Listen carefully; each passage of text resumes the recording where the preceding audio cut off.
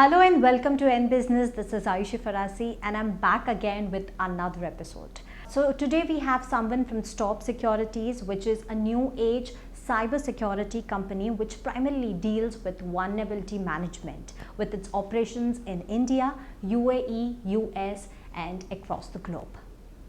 So to talk more about Strobes Security, we have Mr. Akhil Reni, who is the founder and CTO of the company. He has experience of over 7 years with big giants like Facebook, Twitter, Google, and now works with its customers and partners from across the globe.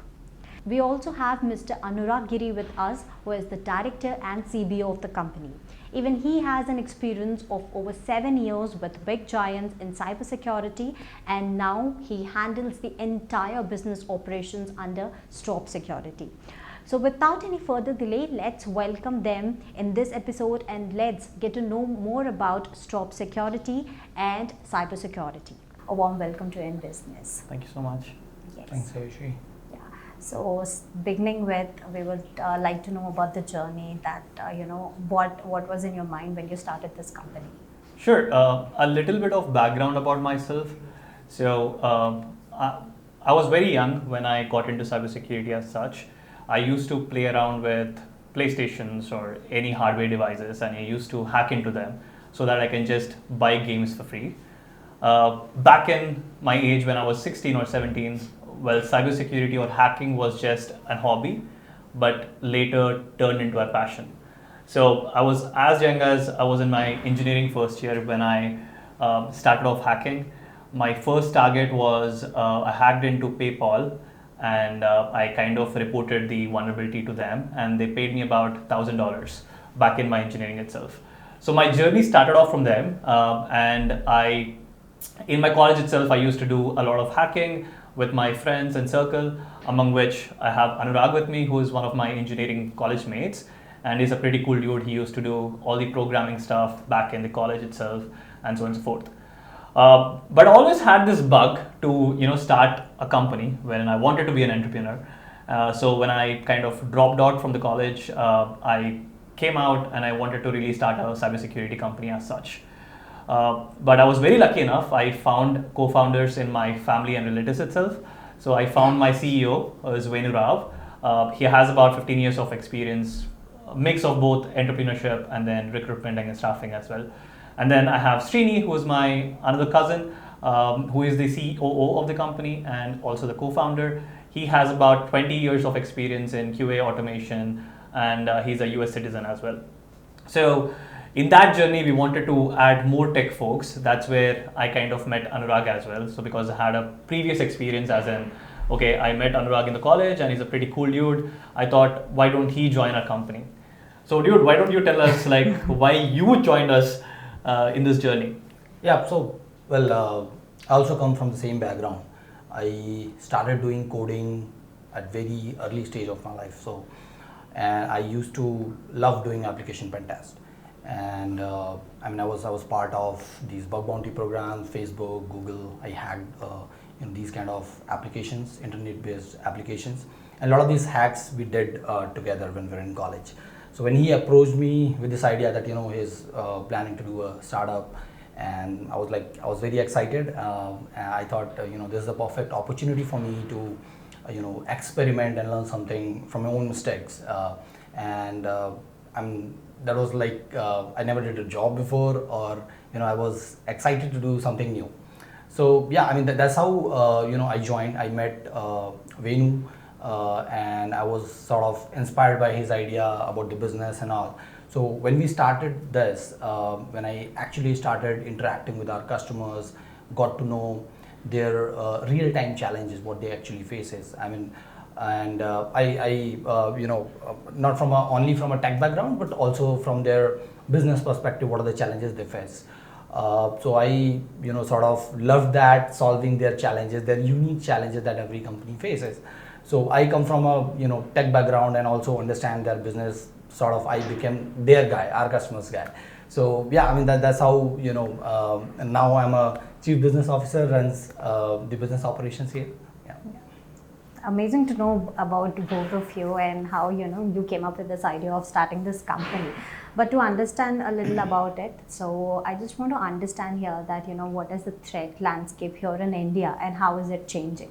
Yeah, so if we look back 10 years back, we were dealing with Nokia 1100. We did not have any touch phones as such.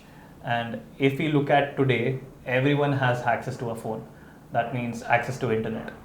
If you just look at the numbers, if you go back into 2010, there were just about 90 million people on the internet. But today we have about 1 billion of the population, which is like almost 50% of Indian population, more than 50%, obviously 60-70% of the population on the internet today. That means they have access to the phone, they're browsing internet actively, they're using Google and so on and so forth. So the threat landscape, like wherein when people had less access to the internet, obviously the number of attacks or hacks that were happening back in 2010 versus now is really high. Likewise, if you look at the number of transactions happening on a day-to-day basis thanks to UPI, we have about 670 crores of transactions happening just through UPI. So this whole lot of things, like when India was introduced to internet thanks to Jio and all these amazing initiatives, now entire India is on the internet and the threat landscape has been opened up increasingly. Now we have just touched the tip of the iceberg. If you ask me how many attacks were happening in the previous years versus today, it's just the tip of the iceberg. So now because there is more and more people exposed to skills, artificial intelligence and a lot of other different things, now people know how to do hacking, how to trick people, how to scam people, how to do phishing attacks and so on and so forth. So with the increase in bad actors, there will be increase in good actors as well. So what I would say is we've just touched the tip of the iceberg, and there is a lot more coming in, in the coming days. Right, and also as you mentioned, India is one of the country where internet is very cheap. So even if you see in tier 2, tier 3 cities, everybody is on internet. So the number of users has increased, and also the businesses has gone online. Earlier, a lot of retail businesses used to happen offline, right? Now the businesses are increasing online, and since a lot of data, PIA information, financial information that is going online, regulatory bodies like RBI, SEBI or your NPCI, they are coming up with new regulations enforcing these businesses to protect this data, to sort of how to follow these cybersecurity norms and be sure that whatever information that we're sharing, like for example Aadhaar card data, right? So these has to be enforced. So now businesses are sort of it's a mandatory for them to follow these guidelines, invest in cybersecurity to become to run their businesses. Without these, without you are complying with these bodies, you cannot run your business in the country. So now this has, in fact, if we look at the numbers as well, cybersecurity whole as a market is about $2 trillion market, and it's increasing every year by 12.4%. So now that's what we are seeing, a huge potential in cybersecurity market, and at Strobes we are trying to cover as much as possible. Yeah. Now that we spoke about hacking and cyber attacks increasing day by day, so how is Strobes Security helping the normal people as well as the enterprises with their services? To talk about how we are helping, so we started as a application pen test organization. Secure App is our brand, which is very well known in the Indian market. We have worked with a lot of companies like Make My Trip, Go Vivo, Aditya Birla Group, a lot of BFSI organizations as well. So when we started, it was just the application pen test where we used to do their application security website testing, identify vulnerabilities, helping them mitigate those, because that is the front end of their business. But we also saw a lot of challenges. We saw the market opportunities. That's where we increased our portfolio in terms of solution offering. And today we offer them a complete suite of offensive security solution, from application pen test to network pen test, threat simulation, and a lot of things from an offensive security perspective, because a lot of these organizations invest a lot in defensive organizations, setting up firewalls, SOC solutions, SIM solution, but they really don't invest in offensive security, because to test the efficiency of their defensive solution. So that's where we come into picture, and we help them in testing those efficiency, how an external attack would happen, and how they will try to bypass your internal controls and compromise your infrastructure. And I mean, looking at these challenges and all, we also came up with the Strobes product, and Akhil is the brain behind that product, and he runs the engineering here. So Akhil, wanted to talk about how we are solving that. Sure. Yeah. So like Anurag was talking about how we used to provide offensive security solutions to customers around the globe. By doing that, we understood a lot of the customer problems very closely. So we understood, okay, so these are the things they have a requirement with compliance, governance, or any other compliance body or something like that. We wanted to make sure that we kind of automate as well as provide some human element to kind of make their lives easier. That's when we started expanding very quickly, and under the name of Strobe Security, we have introduced 3 different platforms as such. So one of the platforms is called Strobes VM365, which is primarily for enterprises who want to scale their vulnerability management services as such.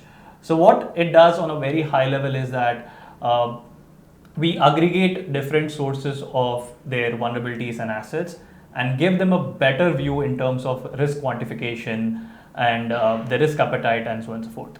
The other thing that we are doing is we are providing a platform called Strobes PTAS. What it does is it's a combination of human plus automation, wherein we provide the ordinary pen testing solutions but in a more advanced way, wherein we cut down the communication with the customers by 50%. The turnaround time of reporting vulnerabilities have become far more lesser, and so on and so forth. The other product that we have built is called Strobes VI, which is a free to use tool. Anyone can go on the internet and search for the tool. It provides a comprehensive way of threat intel information and data so that customers can stay up to date with threat actors and groups as such. So it's exciting times, and we are in a very hot space at the moment. Would love to be in the space, yeah. Yeah. So now that we understood about how this company works, but there is an ever growing demand in the market there. So when we look at the market, there are other organizations who are working for the same cause. So what makes you different from all those other companies, or if in the other words I can ask, is that what makes you stand the tallest among all those other companies in the market? So it's just been a few years, and I would say we are already replacing some of the big brands in the market, not only in India but globally as well. So the key thing was behind, I mean, technology wise, or people using technology to do pen tests and all the things, that is almost every organization is following. But how we are different is, of course, the brain, the human intelligence that we bring on the table.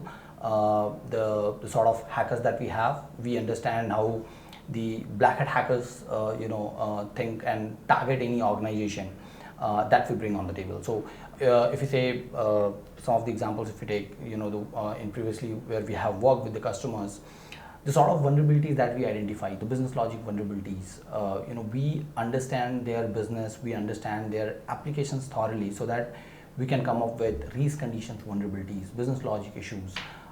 That is not easily anyone can identify. So that's how we project ourselves different, and that's how we are different as well. And customers loves us because of this, because we bring the quality on the table.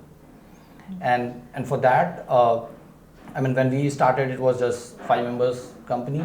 Now we are 70 plus, and every year we run this internship program. We hire engineering graduates, we train them to be ready for the market, to understand business, and run these kind of attacks as well. Yeah, there is a lot of scarcity at the moment when it comes to cybersecurity skills. So if there are 5 jobs, there is only 1 person to fill that particular job. So there is a big requirement, not just in terms of business, but also in terms of cybersecurity talent. So to overcome that, obviously to scale, obviously we need more cybersecurity brains. So to overcome that, what we are doing for the last 3 years is that we offer something called internship programs, wherein we hire folks that it be from engineering graduates, or it can be dropouts just like me. We bring them in, we train them on different cybersecurity portfolio services, we give them the skills, and then later, if they are really good, we kind of absorb them and make them on a full-time payroll. So we have been doing that very extensively for the last 3 years, and in the next 3 years, we are planning to expand to as large as 150 or 200 odd folks as such. So that is one of our strategies to scale with respect to in terms of to reach larger customers and serve their needs at the moment. But apart from that, we also want to bring in a lot of innovation research in terms of platform and automation as such. So today, most of our profits go back into innovation, wherein we do a lot of research around how this platform can be better, how it can help customers to cut down times in terms of attaining certain compliance and much more. Other two things that we do is like a use case kind of a thing that we do is whenever we take up a project, we make sure that we give the best results. So one of the examples is that there are large enterprises around the globe, and 9 out of 10 organizations were successfully breached by our hackers. That means we tell them what's their current state like, and what if bad actors hack them, and what is the extreme extent they can go up to. So we kind of give them the visibility around it, and to maintain that quality, one of the quick intensive thing that we do is hiring cybersecurity folks and making sure we bring in automation as such. So now that when we see the present scenario, there are a lot of normal people and the enterprises that come into the radar of these hackers. So what are the best practices that the normal people as well as the enterprises can do to keep themselves safe and secure? From a normal people perspective, like I was talking about how the entire India got suddenly access to the internet, right? Now, if you are using a phone, you get an SMS or you get a WhatsApp message, or it can be an email and so on and so forth. Today, there is a lack of awareness. Like people, whenever they go get a text, they just open it, and end of the day, they might end up losing their bank account details or certain money and so on and so forth. Not just that, a lot of teens are falling into these traps of they get a video call, they open it up, and then a blackmailing starts and so on and so forth. So it's highly important for all the teens as well as the older people to get awareness about cybersecurity. Like you can't open a link from a random site or a message and so on and so forth. And they should also know that what is a genuine web application, if it belongs to a certain company or not. And they shouldn't enter their credentials anywhere on the internet and so on and so forth. So these kind of awareness is very important, and the government is actively working towards it. And recently, even the Prime Minister talked about how important is the cybersecurity strategy and what we need to do to make sure the entire internet is safe. From an enterprise perspective, from the company's perspective, I think he's the better guy to talk about the best practices. Yeah, in fact, a lot of hacks that we talked about, a lot of breaches that have happened. If you look at the root cause analysis of it, it has happened because of the human error. Okay, so some of the guy do not understand the security, and either he's using some weak password or clicked on some random links, and that's how the entire organization got compromised. So as an enterprise, as in any organization, doesn't matter from which industry you come from, whether it is manufacturing, healthcare, or any other industries, you have to be aware of at least the basic hygiene of cybersecurity.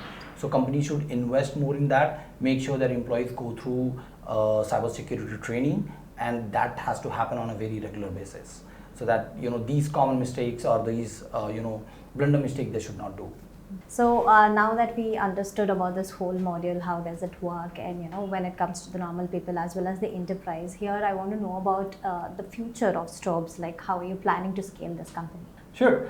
So currently, we have headquarters across US, India, and Europe. We want to expand our more and more footprint across the globe. Like I said earlier, we are hiring more folks to do this job, right? So our next 5 years is going to be like we are going to increase more revenues in the US market. We are going to bring in more cybersecurity solutions for US customers as well as Indian customers.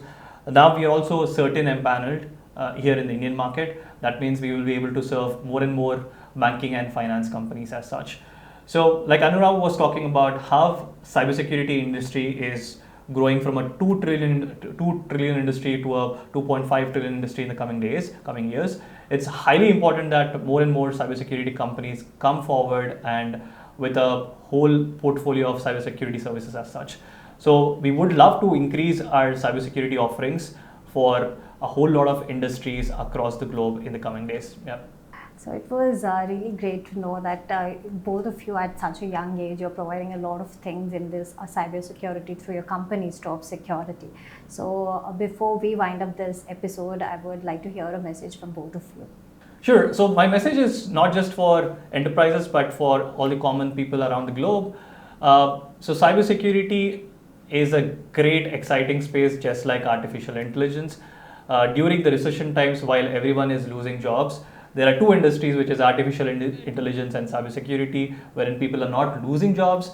So if you want, you have to get some great skills in cybersecurity. You have to bring in some great awareness in cybersecurity.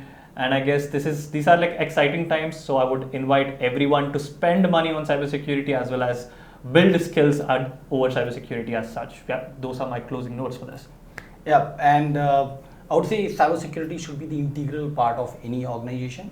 You should not only look from a business perspective. Whenever you start a new company, you should not always look from a business perspective that we have to go online, we have to start serving our customers, but you also understand that what kind of information that you're taking from your customer, and that is your moral duty to protect those data.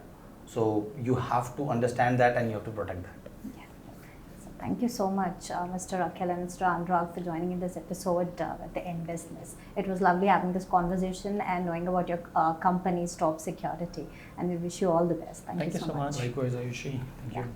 So, well, my dear viewers, today we were in conversation with Mr. Akhil and Mr. Anurag from Strobes Securities, and I hope that the message that they have given, we would take the cybersecurities little seriously.